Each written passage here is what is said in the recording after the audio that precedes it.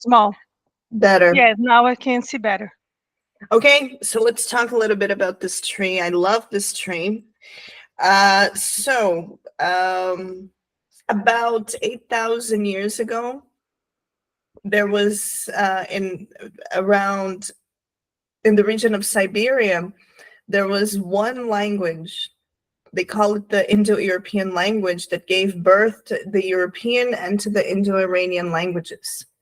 So, and it's cool because if you study linguistics, you can see similarities. For example, from Sanskrit, which is a dead language, a dead Indian language. You can see Sanskrit words that are similar to English, similar to Portuguese, similar to German.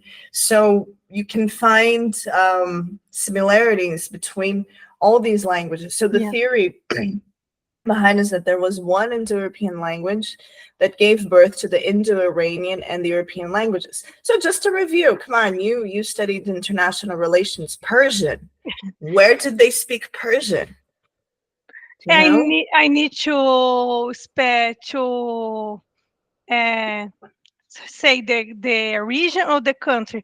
Persian. Persian. I don't know if the language Persia that it was in this It's region. yes, and but they have another name, Farsi, Farsi also. They speak it in Iran, Mira. Oh no, no. First, Mhm. forcing is Farsi. forcing is the language or the region. Farsi is the language. It's the The language. same. If I'm not mistaken, it's the same as Persian, with a different name. So you have Persian. They speak in Iran. Uh, Let me see if I can. Here, Bengali. They speak in Bangladesh. Nepali, they speak in Nepal. Hindi, they speak in India. Urdu, they speak in Pakistan. Pakistan. Look how close it is. Yeah. Romani, take a look here. The Romani, um, which No. how, it's the correct term for gypsy, porque gypsy eu sei que é ofensivo. I should have to call them Romani. Another interesting language. So these are the Indo-Iranian languages, and over here we have the European languages, which are more familiar to us. So down here we have Germanic. From Germanic, take a look at this. Finnish. Finnish is not part of the same tree, by the way.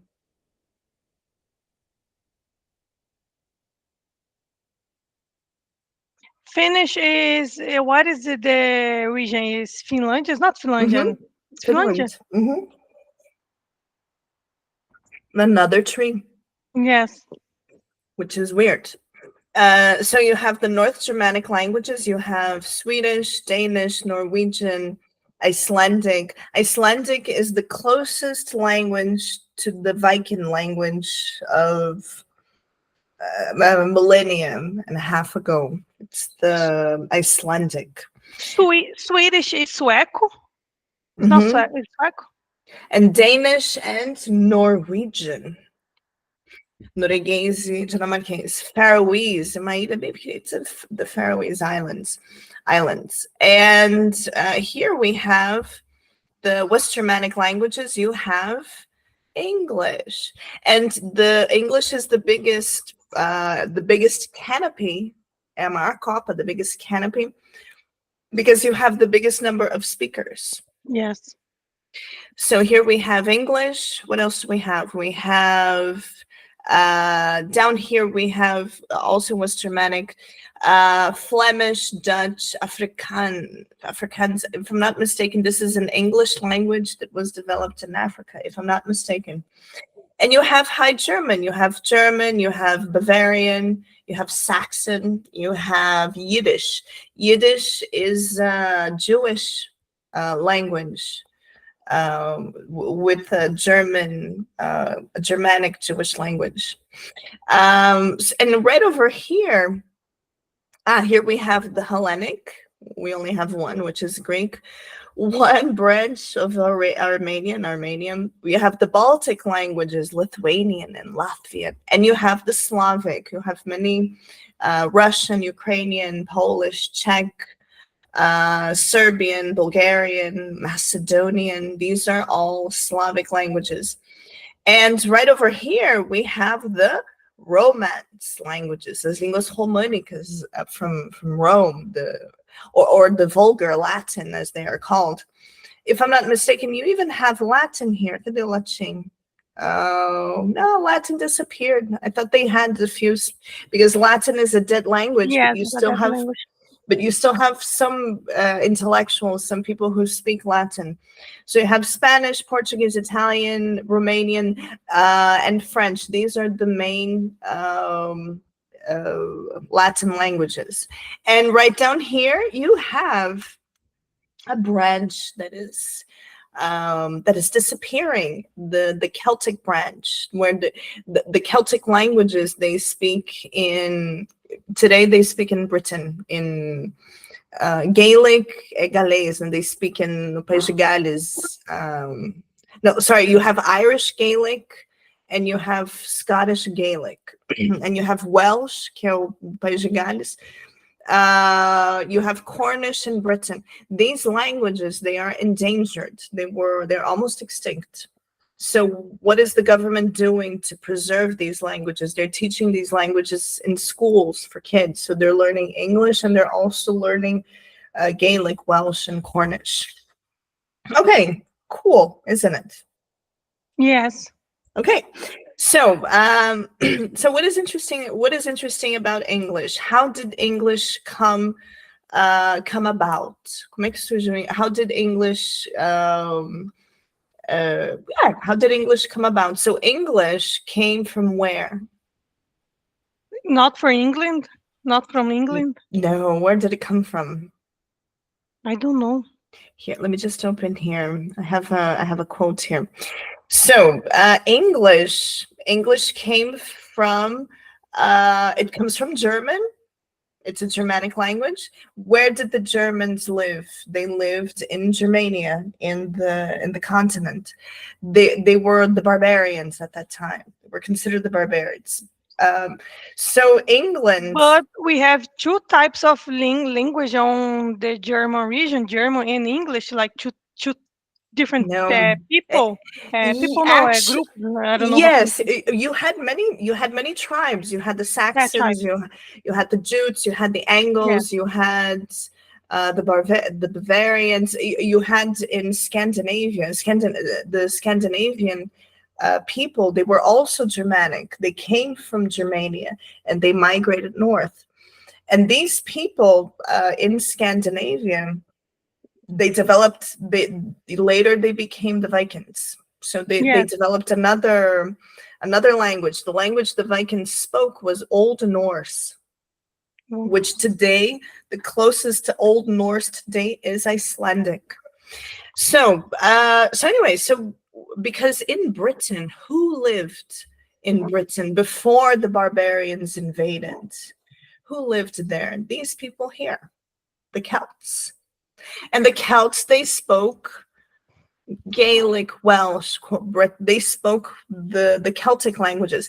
By the way, there was all the Celtic people.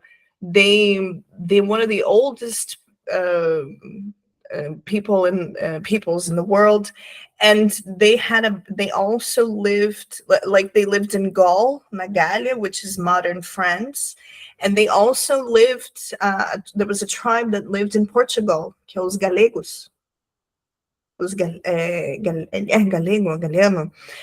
So and then what happened? The Romans invaded Spain and Portugal, and they kind of destroyed their language and imposed Latin, and so they started to speak something called Vulgar Latin, which is Portuguese, Spanish, and so on.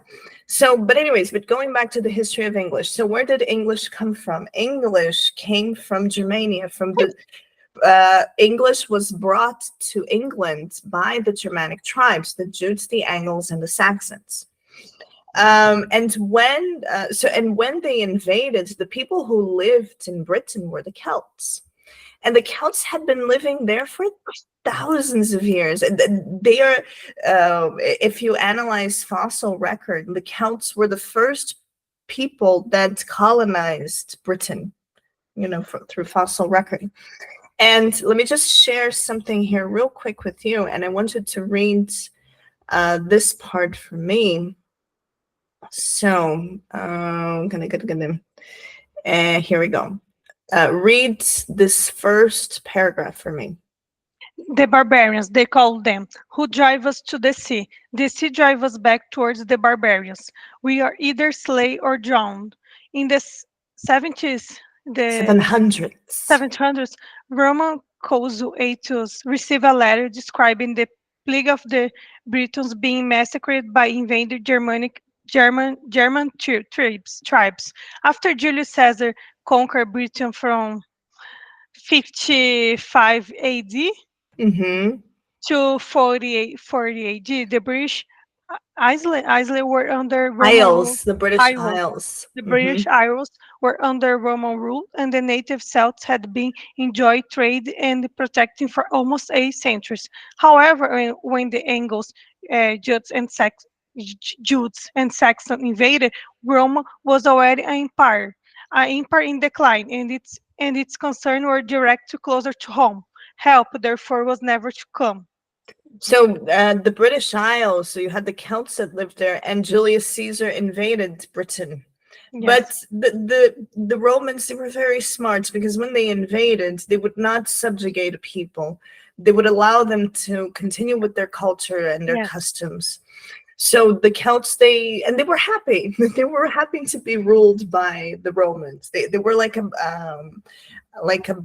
Roman colony, and they were happy about that because they enjoyed protection and trade from the Romans. So Rome invaded that region first. Yes, in about 55 AD to 4, Okay, Julius yes. Caesar, he was the first, and they brought Latin with them, so they included some Latin vernacular to the British Isles. But then in the 700s, um, and this is a problem when an empire is too big. If an empire is too big, it cannot protect its borders. That was Rome's problem. It became too big, so you had people invading the Roman Empire from everywhere, and Britain was invaded by the Angles, the Jutes, and the Saxons, the Germanic tribes. But when they invaded, they weren't like the Romans. They came to massacre, you know. And the barbarians. So this is a letter that the Celts wrote to a Roman council, Aetius, to ask for help. Yes. So they said, the barbarians who drive us to the sea, and the sea drives us back towards the barbarians. We're either slain or we drown. But they called, but help never came. So another paragraph. I love this text. Read for me. Bragg wrote, "That is one powerful image. English arrive on the scene like a fury from hell, brought to the soft shores of abandoned imperial outposts by fearless pagan fighting men, riding along the whales ways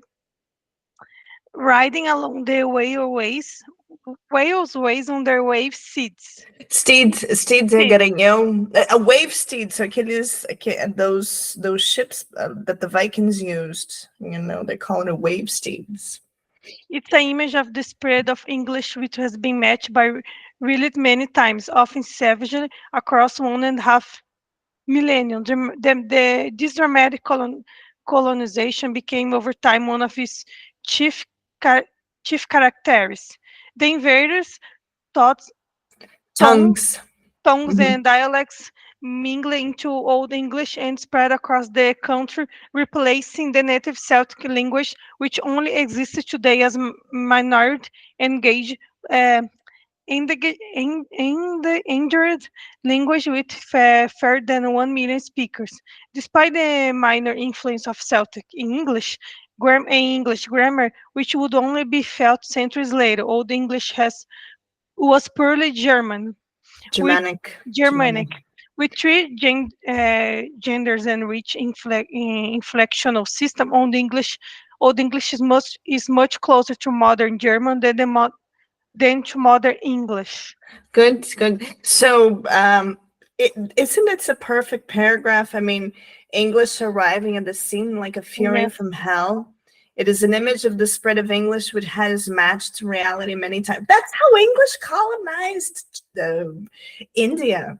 yes, That's how it colonized, Australia, as with a lot of savagery and violence. You know, and so anyway, so Old English, if you since it's a purely Germanic language, it had three genders, just like German. Modern English has one gender. Portuguese has two. And it had inflections, conjugations. So Old English is much closer to modern German than it is to modern English. Let me show you just an example of what Old English looked like. Just something here. So this is Old English. yes, This is a verb, lufian, to love. Look at the conjugations. yes. Not only the conjugation, but the in the way that the word is wrote like this G and um Hmm. pontinho em cima, it seems very German. Very German. So you look at all the conjugations you have for one verb. Now Yes, take a look at and if you take a look, what does modern English look like? This is modern English. you know, much easier, much easier. So anyway, what happened? So you had the Germanic tribes that brought English with them, and then also you had the invasion of the Vikings. Let me just open here the Viking invasion, history of English. Can I get it here? Here we go. So so here, let me show you. Um, but when the Vikings invaded, it was not Celtics people that they because yes, they were already English. yes, they were in They English, right? were English and they spoke Old English. Calma aí que tá demorando para abrir. Let me try to open another one here just to show you. Let me see how long it will take. Okay. Um, Here we go. So when the Vikings invaded, they already spoke Old English, and the people. So the barbarians invaded in around the year 700, and the Vikings invaded in around 1030, 1035. So the Vikings, they came from Norway and Sweden and Denmark. So they invaded Ireland, Scotland, England. That there's even a TV series, The Vikings, that Yes, shows the invasion. Frisbane, that's where they first docked their ships. And so anyway, so the Vikings, they were violent too, not as violent as the Germanic tribes, but they were violent as well. But the Vikings, more than plundering and destroying, the Vikings were good traders. They wanted to trade, yes, to do commerce with the English. And Old English was very similar to Old Norse. They were sister languages like Portuguese and Spanish. But what changed between these two languages were the inflections, the conjugations. So it was difficult for them to understand each other because of the inflections. So they said, you know what? Let's get rid of the inflections. So English became an analytic language. It stopped being a synthetic language that conjugates verbs and became an analytic language that got rid of the inflections. It became simpler in its yes. verbal form. Okay? Okay. Okay. And then in 1066, the French invaded. Britain is full of invasions. Then first the Romans, then the barbarians, then the Vikings, and now the French invaded. When the French invaded Britain, English almost disappeared. English became the language of the peasants, of the poor people. Rich people spoke French. So everything changed. The Yeah. language, Old English became Middle English. It wasn't Old English anymore. It was Middle English. It was much closer to French than it is To English. to English. And thank God the French invaded, because English, when it comes to vocabulary, it stopped being a Germanic language and it became a Latin language. 70% of the vocabulary today from English comes from Latin, thanks to the French invasion. Oh, it's true. English is a Latin In language too, no? vocabulary, Yes. yes. I always forgot that. We always think in Portuguese, Spanish, Italian is our our Latin language, but I didn't remember that English was too. It's English is a mix, because Yeah. it's originally a Germanic language, but it had a huge Latin influence. So English is, how can I say, the vocabulary in English comes 70% comes from Latin. Pega a palavra governo, government. Vai falando. Modern, Yeah. moderno. Me ajuda, help me. Uh, We have a most lot. You have thousands, Yes. thousands of words in English that you can find a counterpart in Portuguese, because it's so similar. So this is something that made it easier for us to learn English. And so anyway, so then you had Old English and you had Middle English. But what about the Celts? Did the Celts have an influence in English? The Celts did have an influence, not in Old English, but it had an influence in Middle English and in Modern English. What was the influence that the Celtic language had in English today? The do, the does, the meaningless do. Do you work every day? This is something only English and the Yeah. Celtic languages do. If you take only, German doesn't do that, French doesn't do that, no other language uses the verb do as an auxiliary in a meaningless way. Another influence that the Celts had in the English is the S at the end of the verb in the third person singular. That's super specific. I work, he works. No other language does Yeah. that. Put an S at the end of the. Most of my students get. Why does this verb have an S if it's in the singular? You know, Yes, true. because of the Celts. So Celtic didn't have an influence in vocabulary, but it had a small influence in grammar, in the do and the does, in the third person, the singular. And another influence it had, which I also think, this is my theory, and I had some linguists, historians who could back me up on this. Portuguese also had a Celtic people. Portuguese and English have one thing in common that no other language has. Spanish doesn't have, German doesn't have, French doesn't have.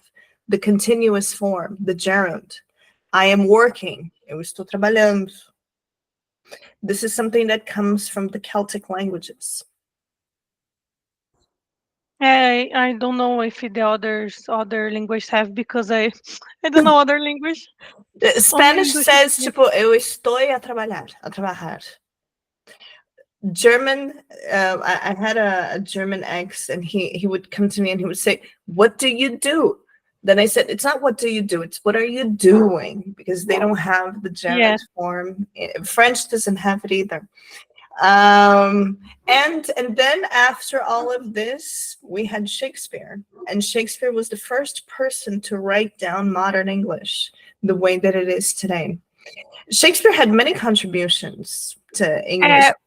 The first one to write, you say, like The way a that people novel, spoke. yes, okay, but Be- not like defining rules, right? No, because Only like writing something to read that is from this language. Okay. but don't you agree with me? Because the written form of a language is outdated compared to the way people speak. Yes. Take Portuguese. Eu ando, tu andas, nós andamos, vós andais, eles andam. Quantas, quantas a gente usa? Três no Três? máximo. Três. Yes, Eu ando, você, ele, a gente anda, né? E eles yes. andam. So the written form of a language is much more outdated than the way The way people are speak. using the language at the moment. Which is, in my opinion, why Portuguese está na hora de dar uma revisada. You know, not just with the conjugations of verbs, but other things too. Tipo, mim, para mim comer. Por que não pode falar para mim comer? For me to eat. Yes. English, it works. I have a French lot of too. problem with this, with eu and me. I always like, doesn't make any sense when me is allowed to be on the phrase. I don't know. But you know, that's the point. I think it's a natural course of the language. You know, for example, French, pour moi, né?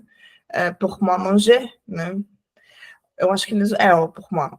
So, and English, for me to eat, not for I to eat. So a gente metida fala for I. Me and him, not me. No, it's he and I. Ninguém No. fala he and I. He and me. Né? So, and I think for me, my opinion in Portuguese is one of the things that should be, vai ter que aceitar. It's going to be Yes. have to be accepted eventually in the language. And another point, the people language, living languages, that's a definition of a living language. A language that is alive is constantly changing. Changing. The only languages that don't change are dead languages, like Latin. Latin hasn't changed in 500 years. Portuguese is changing, English is changing, French is changing. Another change in Portuguese that I can foresee, which is pretty much a change that happened in French, in my opinion, tipo, la femme, les femmes. Você tira o S no final. Você não fala, você escreve, mas você não fala. A menina, as meninas. Eu falo as meninas, os piá, as gurias. Never. Yes. Os cachorros estão latindo. Porque se deixa plural no artigo, já dá para saber que tá no. Você não precisa colocar no substantivo, fica redundante. Yes, exactly. Mas é feio. Language doesn't care. You know, language evolves. You know? E no português você pode colocar o. Você nunca vai ouvir um dialeto falar a meninas. A meninas estão lá. Não, as meninas estão lá, isso existe. Existe dialeto que fala isso. Another point, change in language. Who brings who dictates the norm of language is not the elite, it's the people. Aquele negócio do todes, sabe o todes? Yes. Nunca vai pegar. Why? It doesn't come from the people. It comes from the elite. You know? Yes, for exactly group on the society. And what do you think of todes? I don't know. I'm not against, but I think it's silly, you know. It's not useful. Mm-hmm. Exactly. And like I said, it's bem da elite. It's not coming from the simple people, you know. So it's not, não vai pegar. Já tá sumindo. Yeah, exactly. Nobody is using. Nem fez efeito. You know, just a way for you to make other people feel bad. Yes. Yes, exactly.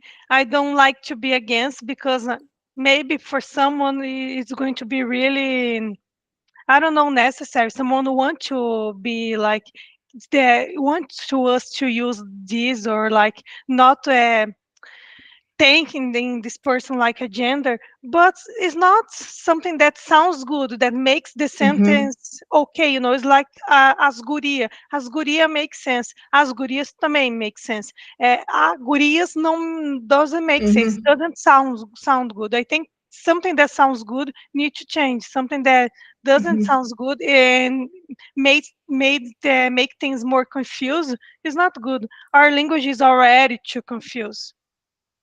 No, and language, the biggest prejudice you suffer in life is linguistic. O maior preconceito que você sofre é linguístico, the way you Yes, speak, you the way we know. speak.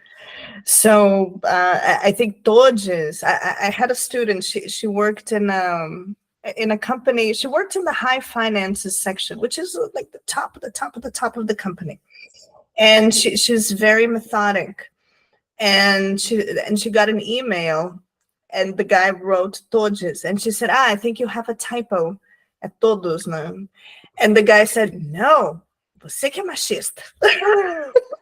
And she said, "No, kind of, I felt so bad." But I said, "That's the point. People who are using that, they just want you to feel bad. They want to feel superior to you." Yes. Okay, just one last thing before we finish here. I want to show you how Old English sounded. I'm going to show you 1 minute of an old epic, the oldest epic written in English. It was written in Old English. It was written in runes. Sabe runes, o alfabeto rúnico, the Viking alphabet. No. Let me show you the Viking alphabet. This is really cool. Here we go. Look at this. Look at this. Can you read it? No, I can't see. Vendo o alfabeto? I can't read that. They wrote it.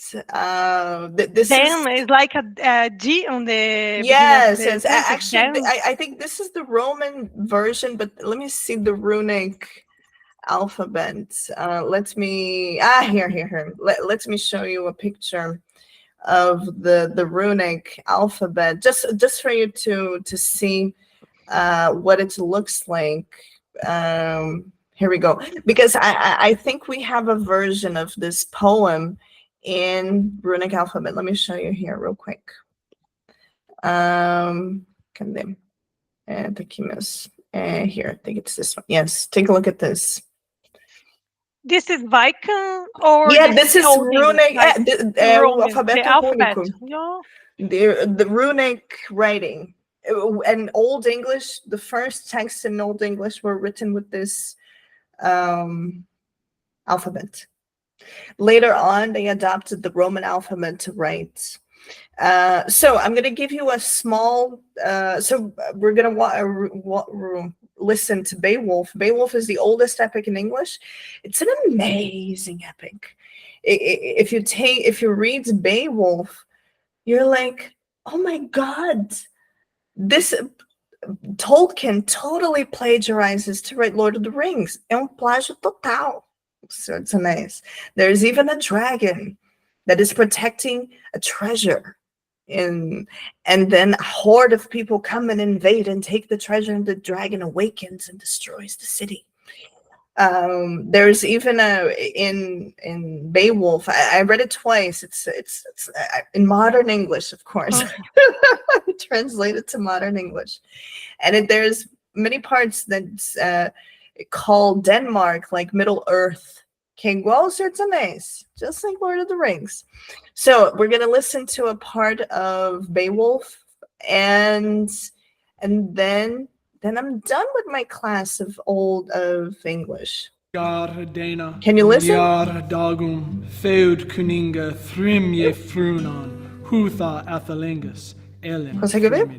Yes. Oft shield shaving, Shadan a threatum, Monigum Maigthum, Meru Setla Oftea, Egg so de Erlas, Suthan Arist Worth, Fashaft Funden.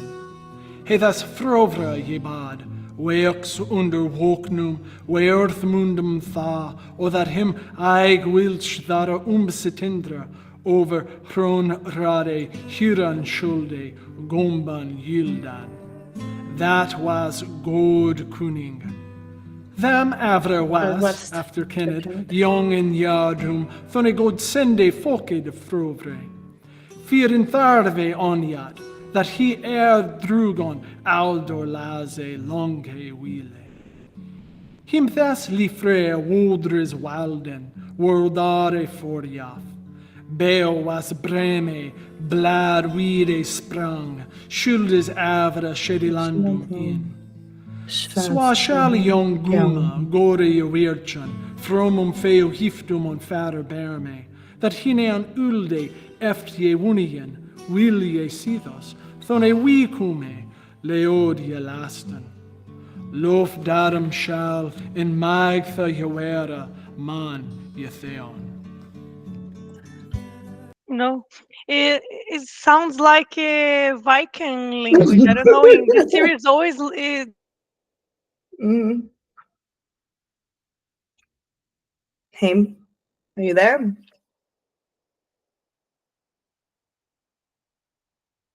they speak something similar sometimes. Yes. I think I was able to identify like 4 words.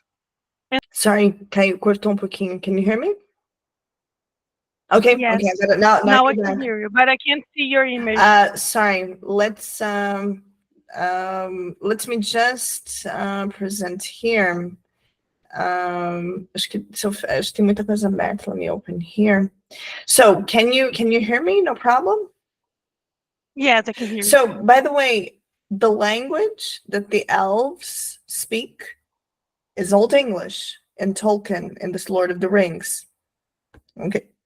É a mesma língua dos elfos. So Tolkien didn't create. No, he created a lot of Yeah. things, but he used a lot of inspiration from Old English. What is the name of this book? Beowulf. Beowulf. And this was right on the time that they speak this language, right? Old English, about 1070, I think. It's the oldest epic in English. It's Beowulf is to English the same as Os Lusíadas is to Portuguese. It's the most important epic of the language. It's beautiful, beautiful. It's not so long. It's got about 40 pages, and it's beautiful.